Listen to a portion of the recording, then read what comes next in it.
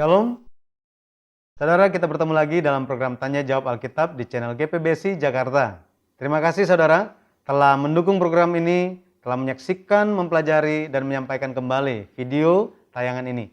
Terima kasih atas komentar yang telah diberikan. Bagi saudara yang mendapati program ini bermanfaat, silakan saudara subscribe, like, dan share supaya banyak orang menerima kasih karunia melalui saudara. Jangan lupa nyalakan tanda lonceng sehingga saudara bisa mendapatkan notifikasi saat ada video tayangan yang terbaru.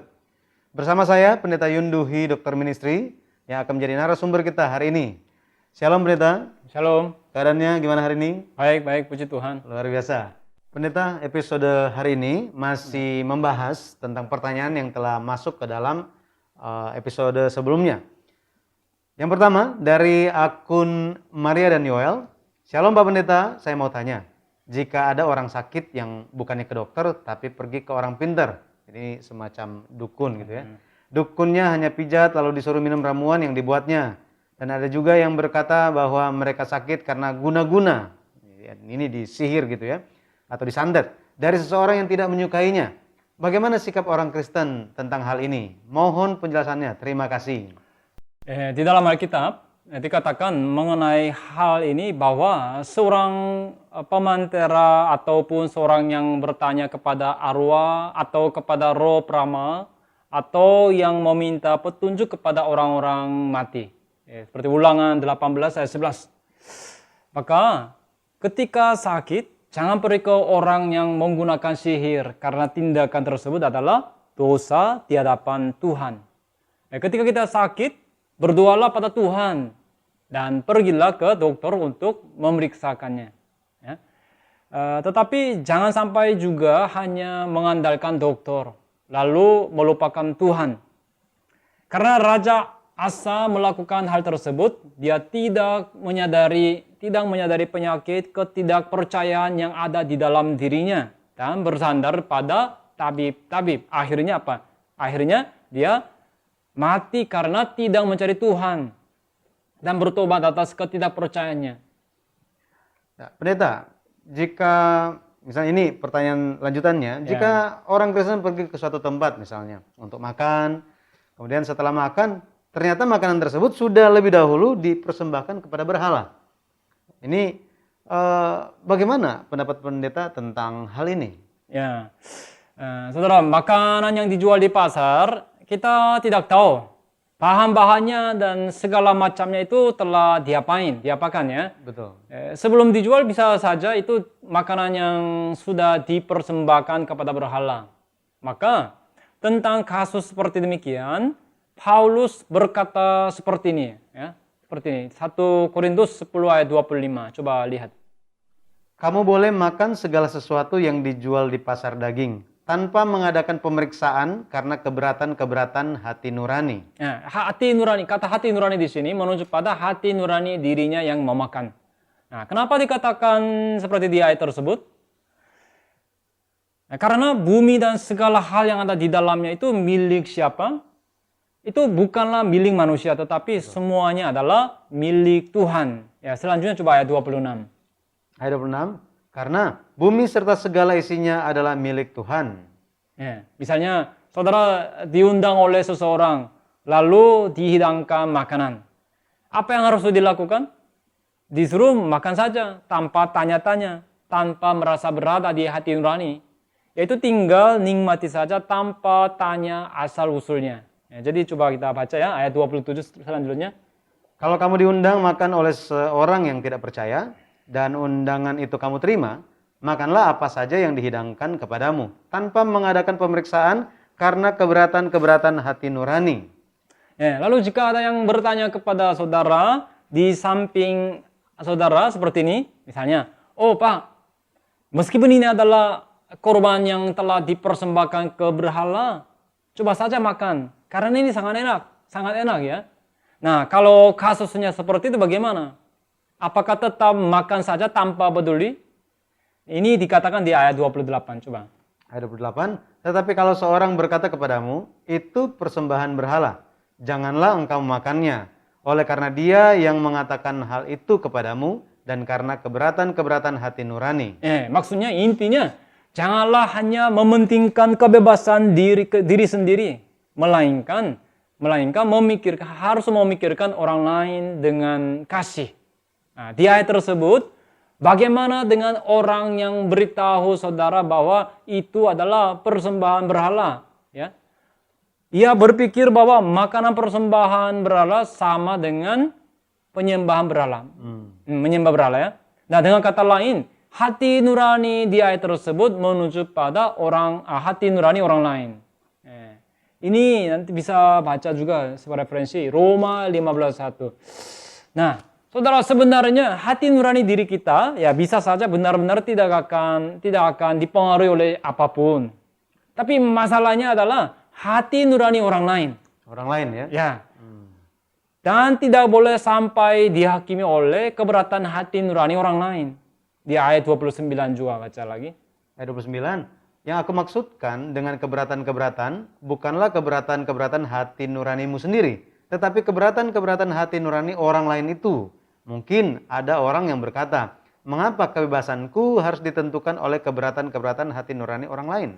Maksudnya ketika makan dengan syukur, orang tidak akan menganggap kita jahat. Jadi saudara, pengobatan, makan, atau apapun, semuanya harus dilakukan demi kemuliaan Allah. Makanya kesimpulannya di ayat 30, coba baca. Ayat 30, kalau aku mengucap syukur atas apa yang aku turut memakannya, mengapa orang berkata jahat tentang aku karena makanan yang atasnya aku mengucap syukur? Ya, amin. Pendeta, pertanyaan yang lain yang masuk, ini diberikan ketika pembahasan predestinasi Allah. Pertanyaannya begini, apakah seseorang yang tidak dipredestinasikan itu mutlak tetap tidak bisa pergi ke sorga, apapun yang ia lakukan? Juga sebaliknya, jika seseorang dipredestinasikan, apakah meski ia berbuat dosa apapun, tetap akan pergi ke sorga? Rasanya tidak adil kan? Tolong penjelasannya. Silakan pendeta. Ya, ketika disebut predestinasi Allah, apa arti predestinasi? Nah, istilahnya gampangnya telah ditentukan atau telah ditetapkan duluan. Ya. Penyelamatan manusia itu digenapi lewat predestinasi Allah. Coba baca 1 Petrus 1 ayat 2. Yaitu orang-orang yang dipilih sesuai dengan rencana Allah Bapa kita dan yang dikuduskan oleh Roh, supaya taat kepada Yesus Kristus dan menerima percikan darahnya. Kiranya kasih karunia dan damai sejahtera makin melimpah atas kamu. Predestinasi Allah yang seperti demikian harus kita pahami dengan tepat. Barulah kita bisa sadar tujuan kehidupan yang benar dan bisa hidup dengan bersyukur. Nah, bagi Tuhan ada kehendak yang baik serta rencana yang Ia tentukan. Segala hal yang dilakukannya digenapi sesuai dengan rencananya. Coba ya, Mazmur 33 ayat 11. Tetapi rencana Tuhan tetap selama-lamanya. Rancangan hatinya turun-temurun. Amin. Kemudian Yeremia 1 ayat 5. Sebelum aku membentuk engkau dalam rahim ibumu, aku telah mengenal engkau. Dan sebelum engkau keluar dari kandungan, aku telah menguduskan engkau. Aku telah menetapkan engkau menjadi nabi bagi bangsa-bangsa. Nah, satu lagi, Efesus 1 ayat 4 dan 5. Sebab di dalam Dia, Allah telah memilih kita sebelum dunia dijadikan, supaya kita kudus dan tak bercacat di hadapannya. Dalam kasih Ia telah menentukan kita dari semula oleh Yesus Kristus untuk menjadi anak-anaknya, sesuai dengan kerelaan kehendak-Nya. Tujuan predestinasi adalah kita dijadikan orang yang seperti apa? Kita dijadikan anak-anak Allah yang kudus dan tidak bercacat. Itu sebabnya masing-masing kita sebenarnya adalah sosok yang sudah ditetapkan untuk ada, bukan ada karena kebetulan. Roma pasal 8 ayat 30. Dan mereka yang ditentukannya dari semula, mereka itu juga dipanggilnya. Dan mereka yang dipanggilnya, mereka itu juga dibenarkannya. Dan mereka yang dibenarkannya, mereka itu juga dimuliakannya. Demikian Alkitab mengatakan tentang predestinasi Allah yang seperti demikian. Pak Pendeta, Ya. bagi kaum awam, predestinasi itu seringkali dimaknai hanya tentang pribadi seseorang, apa yang akan terjadi kepada seseorang. Tapi sebenarnya inti dari predestinasi Allah itu apa sih? predestinasi Allah adalah rencana khusus Allah tentang penyelamatan manusia. Ya, maksudnya inti dari predestinasi Allah adalah penyelamatan. Jadi Allah mempredestinasikan Yesus sebelum penciptaan. Lalu firman menjelma menjadi manusia. Yesus masuk ke dalam sejarah manusia. Lalu pada akhirnya ia akan menyelesaikan penebusan manusia. Lalu kedatangan Tuhan kembali di akhir zaman, penghakiman, serta langit baru, bumi baru pun semuanya telah dipredestinasikan.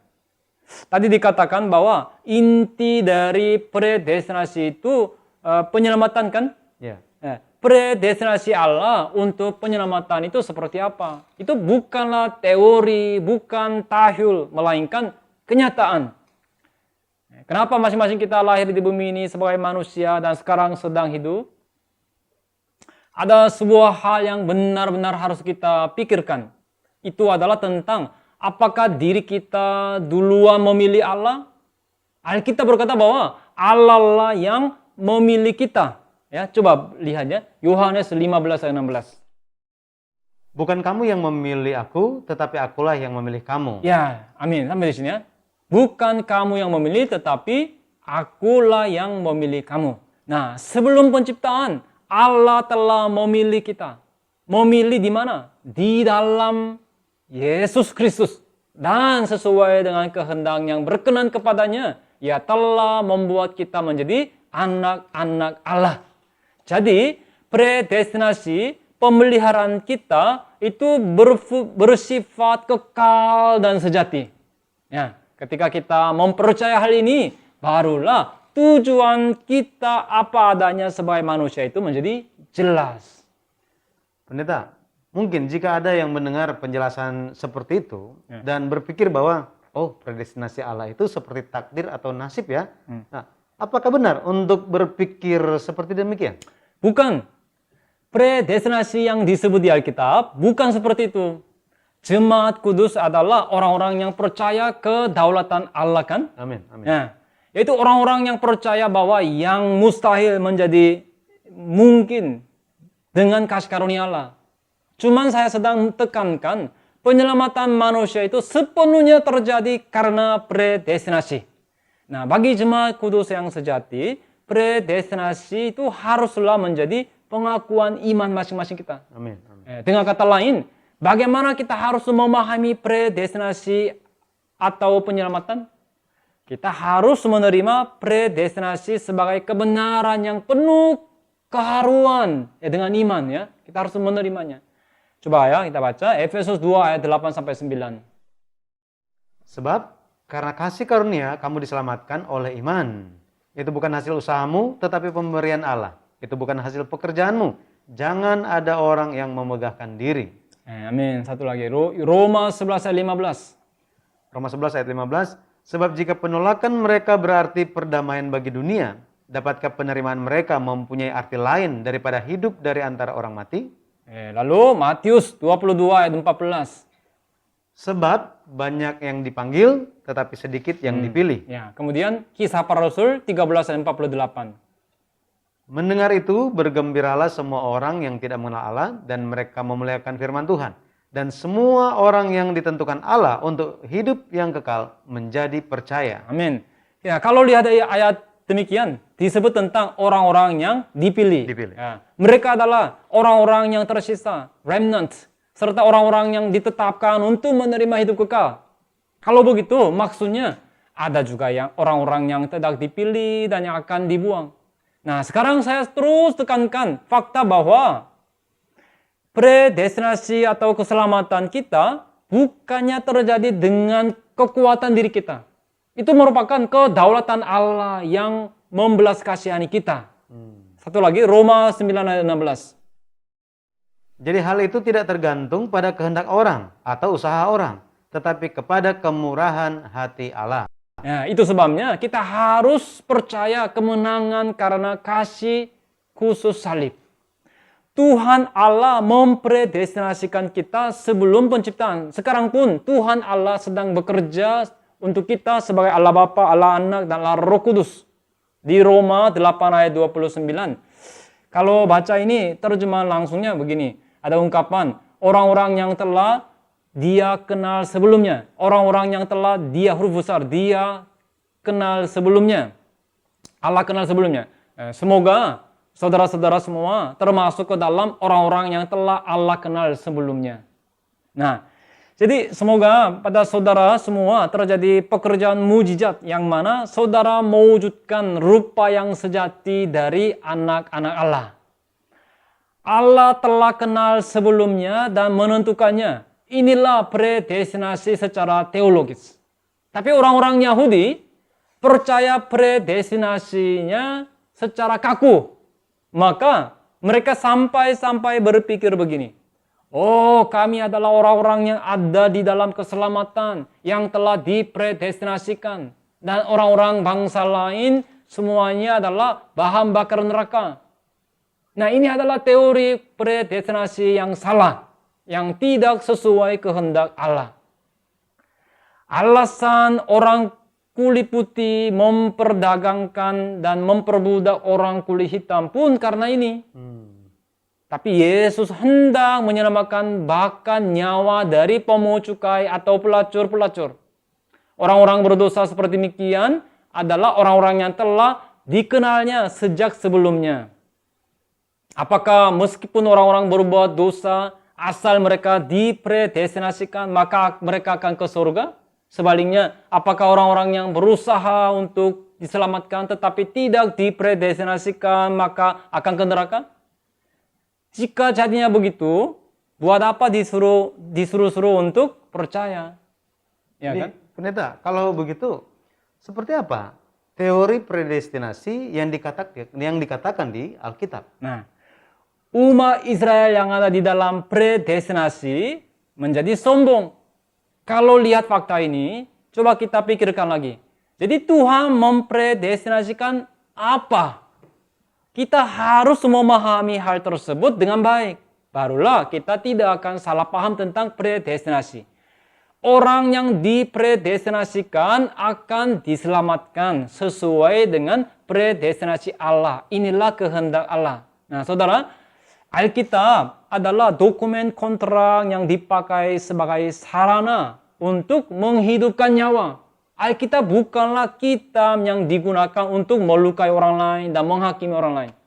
Di Yohanes 8, ketika orang-orang menghakimi perempuan yang tertangkap basah berzina, apa yang Yesus katakan?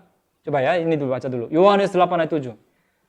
Dan ketika mereka terus-menerus bertanya kepadanya, ia pun bangkit berdiri lalu berkata kepada mereka, barang siapa di antara kamu tidak berdosa, hendaklah ia yang pertama melemparkan batu kepada perempuan itu. Nah, perempuan itulah orang yang telah dikenal dan ditentukan sebelumnya. Maka Yesus berkata kepada perempuan itu, jangan berbuat dosa lagi. Karena perempuan itu adalah orang yang telah ditetapkan sebelumnya untuk diselamatkan. Allah telah mempredestinasikan kehendak dirinya sebelum penciptaan. Pendeta, tadi pendeta katakan bahwa Allah telah mempredestinasikan kehendak dirinya sebelum penciptaan.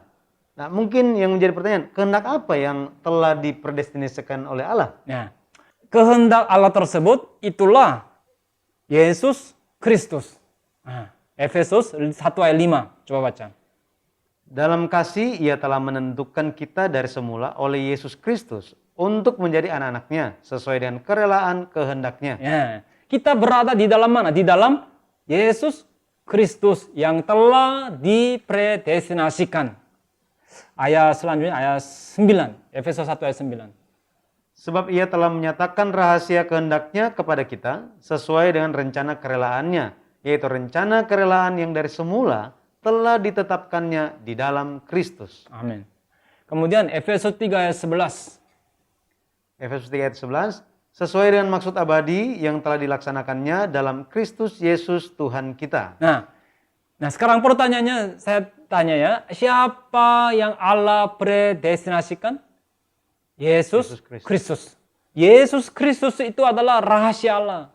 Kehendak dari pekerjaan penciptaan itu juga telah dipredestinasikan di dalam Yesus sejak sebelumnya. Ya. Yohanes pasal 1 atau Kolose pasal 1 juga dikatakan begitu. Coba ya kita lihat Kolose 1 ayat 26 sampai 27. yaitu rahasia yang tersembunyi dari abad ke abad dan dari turunan ke turunan, tetapi yang sekarang dinyatakan kepada orang-orang kudusnya. Kepada mereka, Allah mau memberitahukan betapa kaya dan mulianya rahasia itu di antara bangsa-bangsa lain, yaitu Kristus ada di tengah-tengah kamu, Kristus yang adalah pengharapan akan kemuliaan. Amin. 1 Korintus 2 ayat 7, coba baca. Satu lagi. Tetapi yang kami beritakan ialah hikmat Allah yang tersembunyi dan rahasia yang sebelum dunia dijadikan telah disediakan Allah bagi kemuliaan kita. Kristus telah tersembunyi sebagai rahasia Allah sebelum penciptaan. Demikian juga jika kita masuk ke dalam Kristus akan jadi bagaimana? Kita pun akan dijadikan rahasia Allah. Yaitu kita akan dijadikan sebagai orang yang telah dikenal oleh Allah sebelumnya. Kita sedang menerima janji berkat yang mengagumkan seperti demikian. Kita menerima janji berkat yang demikian pun, kenapa kita tetap masih seperti mengembara, imannya belum tetap? Allah telah mempredestinasikan kehendaknya. Dan kehendak itu adalah Yesus. Tuhan Allah juga telah mempredestinasikan juga tentang kehendak bahwa Yesus akan datang ke dalam sejarah, yaitu firman menjelma menjadi manusia sehingga akan menyelesaikan pekerjaan penebusannya. Demikian juga kedatangan Tuhan kembali di akhir zaman, penghakiman, langit baru dan bumi baru pun telah semuanya dipredestinasikan. Jemaat kudus yang sejati haruslah percaya bahwa diri kita sudah dipredestinasikan di dalam Yesus Kristus sebelum penciptaan. Dan haruslah bersyukur dan terharu serta harus menjadi pelayan-pelayan yang bekerja untuk keselamatan Allah. Baik, terima kasih Pendeta Yun telah memberikan penjelasan kepada kita atas komentar-komentar dan pertanyaan yang masuk pada hari ini. Saudara, jadi sangat penting bagi kita hari ini untuk memahami predestinasi Allah, kehendak Allah itu seperti apa. Dan pada akhirnya mari kita bersyukur dan menjadi pelayan-pelayan Kristus. Pelayan-pelayan yang bekerja untuk keselamatan Allah. Begitu ya Pendeta ya? Ya. Baik saudara, demikian penjelasan Tanya Jawab Alkitab pada hari ini. Kita akan bertemu lagi di dalam kesempatan selanjutnya. Bila mana saudara ada pertanyaan, silakan tuliskan pada bagian komentar. Kita akan bahas di dalam pertemuan ke depan. Sampai kita bertemu kembali dalam program Tanya Jawab Alkitab. Tuhan memberkati dan Shalom. Shalom.